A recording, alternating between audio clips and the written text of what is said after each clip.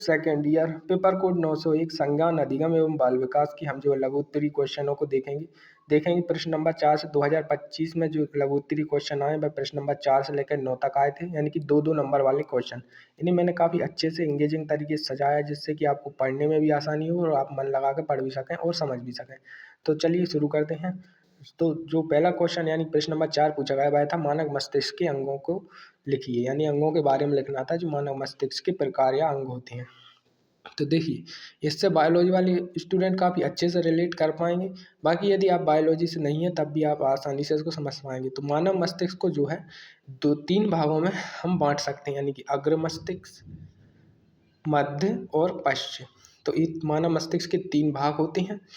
अब इसके अंदर भी भाग होते हैं, जैसे अग्र मस्तिष्क है, इसमें सेरेब्रम शामिल है, यह बुद्धि और तर्क पर केंद्रित होता है, तो इसे भी आप याद रखेंगे। इसके अलावा जो मध्य मस्तिष्क है यह हमें दृष्टि और श्रवण उद्दीपनों को नियंत्रित करता है, यानी कि जो हम देखते हैं और जो सुनते हैं उसको कंट्रोल करना किसका काम है, तो मध्य मस्तिष्क का काम है। इसके बाद जो पश्चिम मस्तिष्क आता है, यानी मस्तिष्क का जो पिछला हिस्सा, इसमें सेरिबेलम और मेडुला ऑब्लांगेटा जैसी मेडुला होते हैं जो शरीर के संतुलन और अनैच्छिक क्रियाओं को संभालते हैं। अब देखिए, शरीर का संतुलन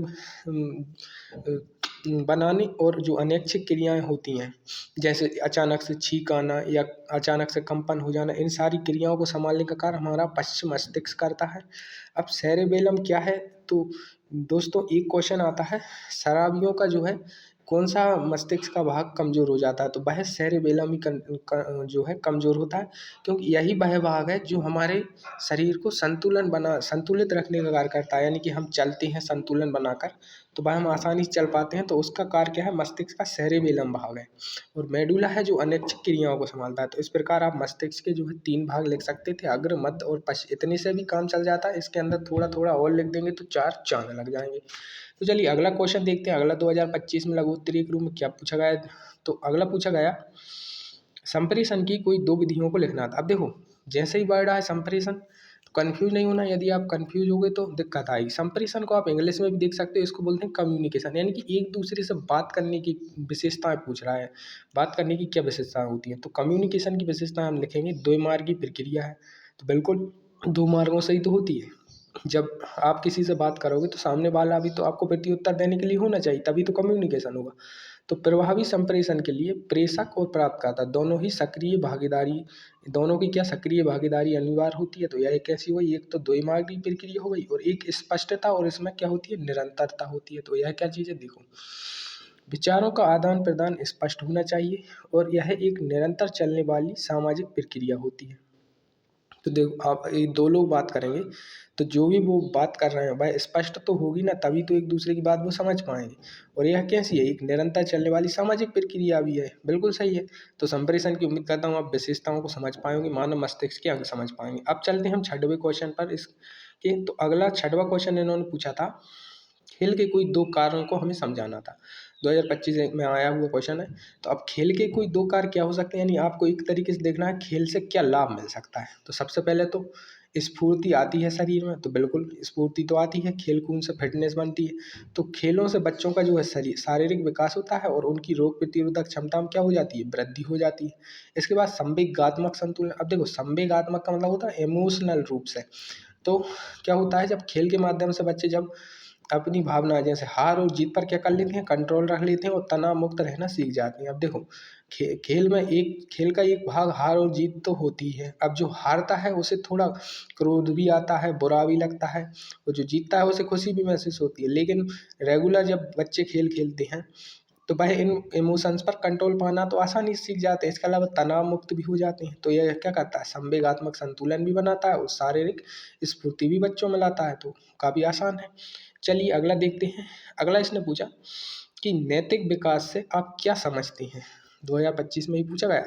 देखिए, नैतिक विकास से आप क्या समझते हैं, इसमें आप कोहल वर्ग को तो आप सभी लोगों ने नाम सुना ही होगा, कोहल वर्ग के नैतिक विकास के सिद्धांत, और कहीं ना कहीं आप इस क्वेश्चन से टकराए होंगे। तो इस क्वेश्चन से आप को जो भी इससे याद हो कोहल वर्ग के नैतिक विकास के सिद्धांत के आधार पर, आप उसको बनाकर भी यहाँ पर आसानी से लिख सकते हैं। बाकी देखिए, मैंने भी काफ़ी सिंपल शब्दों में से समझाने का प्रयास किया है। नैतिक विकास एक ऐसी प्रक्रिया है जिसके द्वारा बच्चों में समाज सम्मत व्यवहार, सही गलत की पहचान और चरित्र का निर्माण होता है। तो होता है भाई, चरित्र का निर्माण नैतिक विकास से ही होगा, सही गलत की पहचान भी कर पाएंगे बच्चे। इसके अलावा समाज में कैसा व्यवहार करना चाहिए वह भी सीख पाएंगे।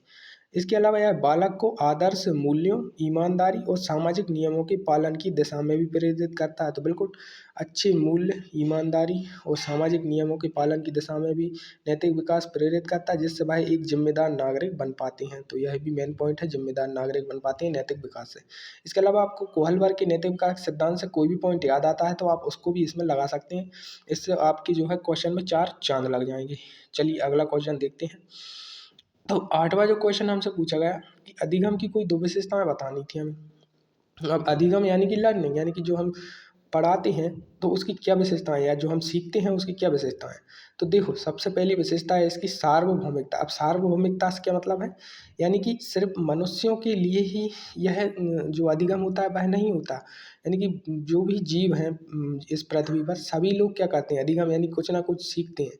तो सीखने की प्रक्रिया केवल मनुष्यों तक सीमित ना होकर जीव जंतु भी सभी परिस्थितियों में सीखते हैं। तो क्या है अधिगम, क्या है, एक सार्वभौमिकता, यानी कि यह यूनिवर्सल है, हर जगह पर पाया जाता है, हर जगह कोई ना चीज़ सीखता है, चाहे वह कुत्ता बिल्ली, कोई पेड़ पौधे, सब वातावरण के हिसाब से अपने आप को अनुकूलित करते हैं, ढालते हैं, सीखते हैं। तो क्या है अधिगम, क्या है, एक यूनिवर्सल यानी सार्वभौमिक है। इसके अलावा अधिगम की अगली विशेषता हो सकती है उद्देश्यपूर्ण होना। देखो, अधिगम जो है हमेशा इसलिए ही होता है क्योंकि उसका कोई ना कोई जो है ऑब्जेक्टिव या उद्देश्य निकलता है। अधिगम हमेशा किसी न किसी लक्ष्य या फिर उद्देश्य की प्राप्ति के लिए किया जाता है, जिससे व्यवहार में सुधार आता है। तो उद्देश्यपूर्ण भी होता है, सिंपल है। चलो अगला देखते हैं हम विस्मृति के प्रकार। तो विस्मृति से तात्पर्य है फॉरगेटिंग, यानी कि जो हम एक तो स्मृति होती है, यानी कि स्मृति क्या होता है, याद रखना। तो विस्मृति क्या होगी, याद ना रख पाना, यानी कि भूल जाना। तो यार हमसे पूछा है भूलने के प्रकार क्या हो सकते हैं। तो देखो, भूलने के 2 ही प्रकार, निष्क्रिय और सक्रिय। अब निष्क्रिय क्या होता है उसको समझो।